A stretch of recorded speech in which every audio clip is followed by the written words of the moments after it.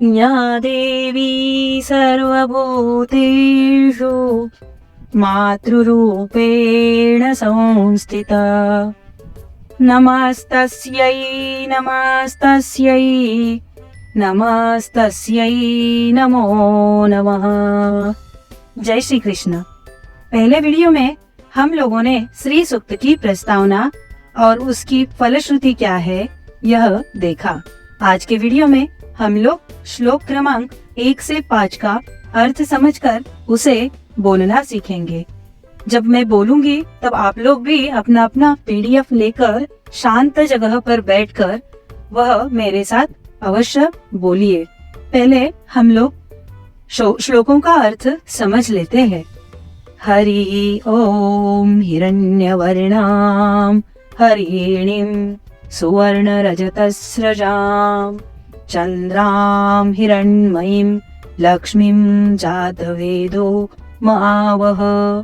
इस श्लोक की शुरुआत ही हरि इस शब्द से हुई है, अर्थात जहाँ श्री हरि विष्णु है वहाँ श्री लक्ष्मी माँ का आना अनिवार्य ही है। इसीलिए पहले हरि स्मरण, हरि आराधना करनी चाहिए, जिससे माँ लक्ष्मी की कृपा दृष्टि हम पर बनी रहेगी।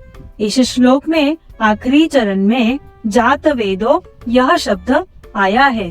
पहले मैंने आखिरी शब्द इसलिए चुना क्योंकि वह इस श्लोक का पूरा आधार है। जात वेदो महावह, तो जात अर्थात अग्नि, अग्नि से वेदों की उत्पत्ति हुई है, इसीलिए अग्नि को जात वेद ऐसा कहा है। यज्ञ में जो अग्नि प्रज्वलित की जाती है ना, वह घर्षण से निर्मित होती है और ऐसी मान्यता है कि जैसे जैसे वह अग्नि ऊपर ऊपर ऊपर जाता है वैसे वैसे इस भूतल के मानवों की जो डिमांड्स है, जो इच्छाएं है, वह ईश्वर तक पहुंचती है।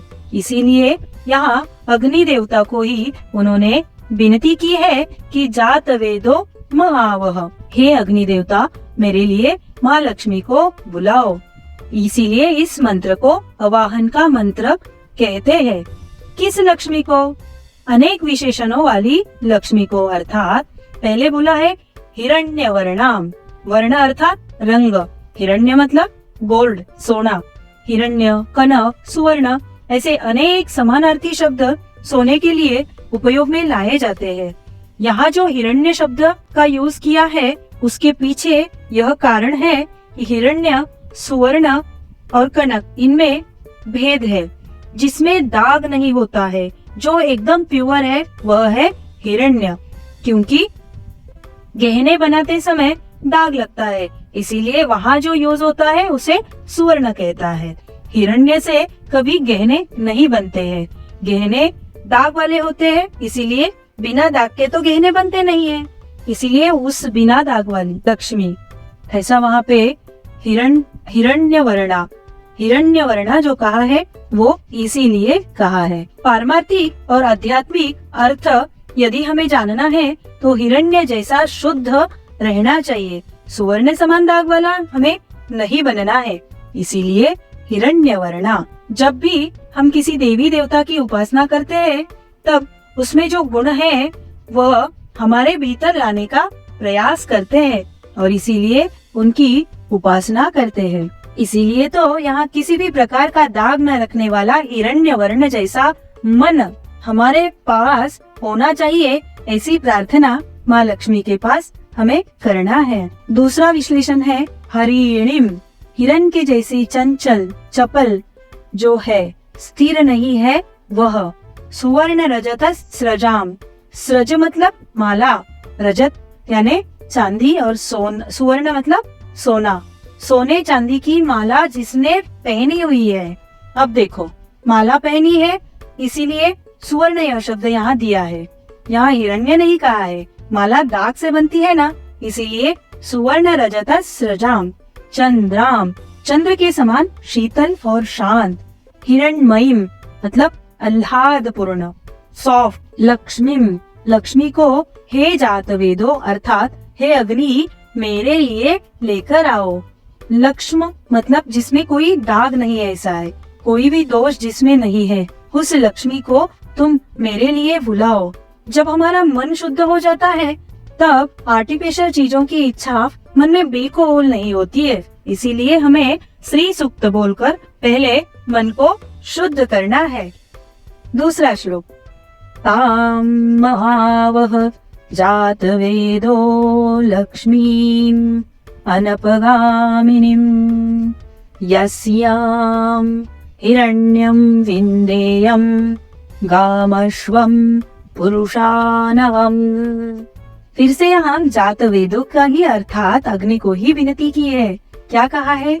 हे अग्नि देवता, तुम लक्ष्मी माँ को मेरे लिए बुलाओ। ताम आव, आवाहन करो। कौन से लक्ष्मी को? तो लक्ष्मी अनपगामिनी, मतलब उस लक्ष्मी को जो अनपगामिनी है, मतलब जो कभी नहीं जाने वाली है, स्थिर है। मेरे घर एक बार वह चंचल लक्ष्मी जब आ जाए तो उसे स्थिरता प्रदान करने वाला वह अनपगामिनी वाली जो लक्ष्मी है उसे मेरे घर ही रुकने को बोल। अच्छे मार्ग से आने वाली लक्ष्मी कभी भी कहीं नहीं जाती है। यस्याम, जिस वजह से मैं हासिल करूंगी। तो क्या क्या हासिल करेंगे? विंदेयम, विंदेयम को हासिल करेंगे। यस्याम मतलब जिस वजह से। और गामश्वम पुरुषानहम, सोना, घोड़े, पुरुषार्थ, गोधन, ये सभी वस्तुएं मुझे मिल जाएंगी तब वह लक्ष्मी मेरे पास आएंगी। इसीलिए तुम मेरे लिए उसका आवाहन करो। अश्वपूर्वाम रथमध्याम हस्तिनाद प्रबोधिनीं श्रियं देवीमुपौवये श्रीर्मा देवी जुषताम्। हस्तिनाद प्रबोधिनी, हस्ती मतलब हाथी।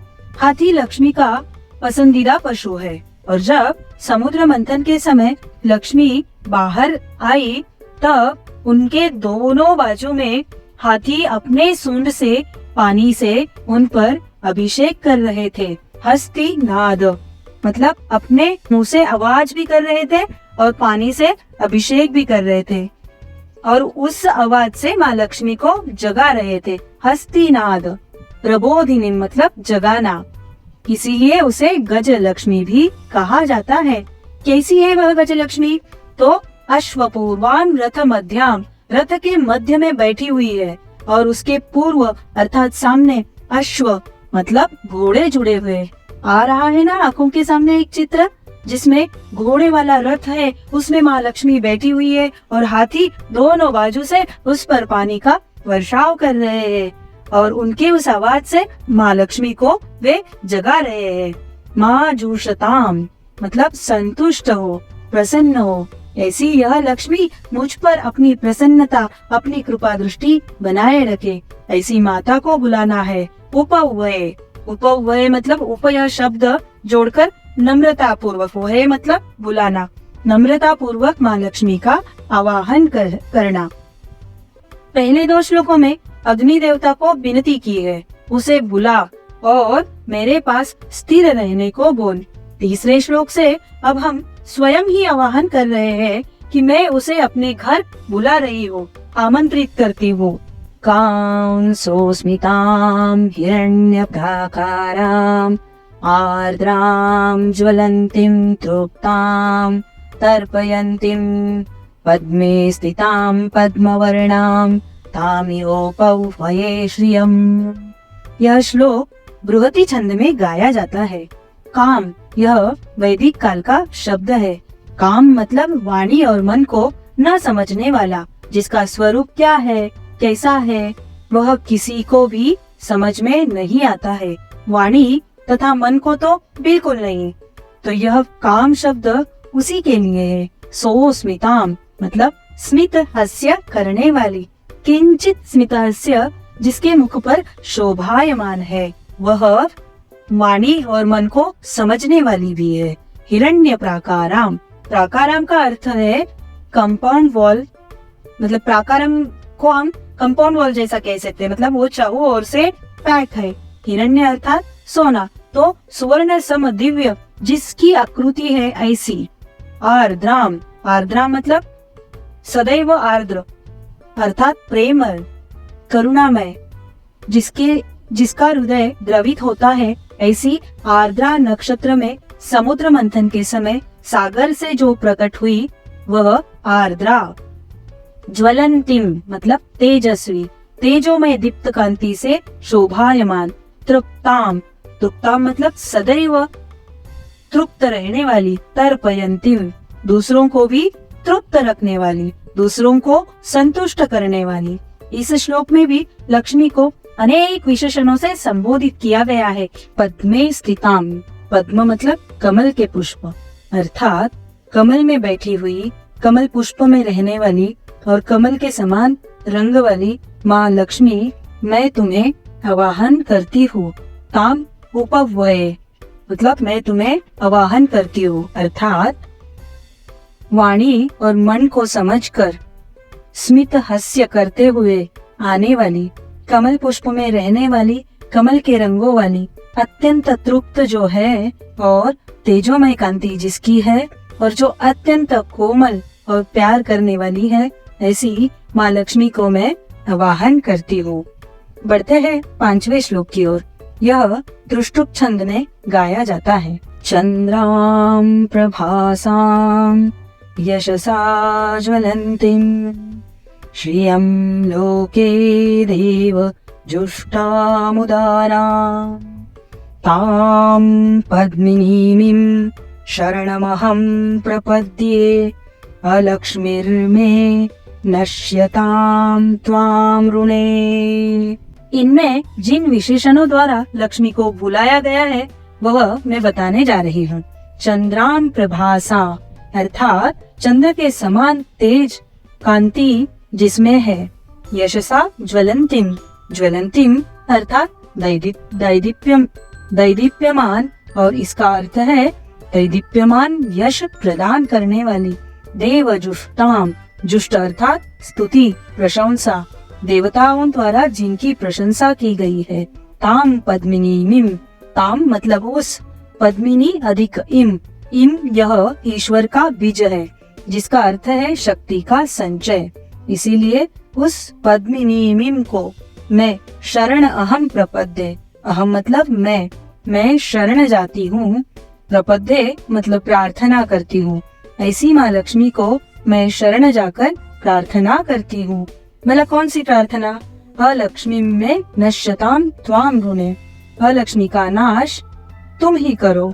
ऋणे मतलब प्रार्थना, त्वाम मतलब तुम्हें यह प्रार्थना कि उस अलक्ष्मी का तुम नाश करो। अलक्ष्मी का हम यहाँ यह अर्थ ले सकते हैं बुरी संगत, बुरी बुद्धि, षडरिपु, काम, क्रोध, लोभ, मोह, मद, मत्सर, इनका नाश करे। संपूर्ण अर्थ यह हो सकता है चंद्र के समान कांति वाली, दैदीप्यमान यश देने वाली, देवताओं द्वारा प्रशंसित पद्मिनी अर्थात माँ लक्ष्मी, मैं तुम्हें शरण आती हूँ। तू आ और आकर मेरे अंदर जो षडरिपु दुष्ट बुद्धि वाली अलक्ष्मी निवास करती है ना, उसे बाहर निकाल कर फेंक दे और मेरे यहाँ तुम निवास करो।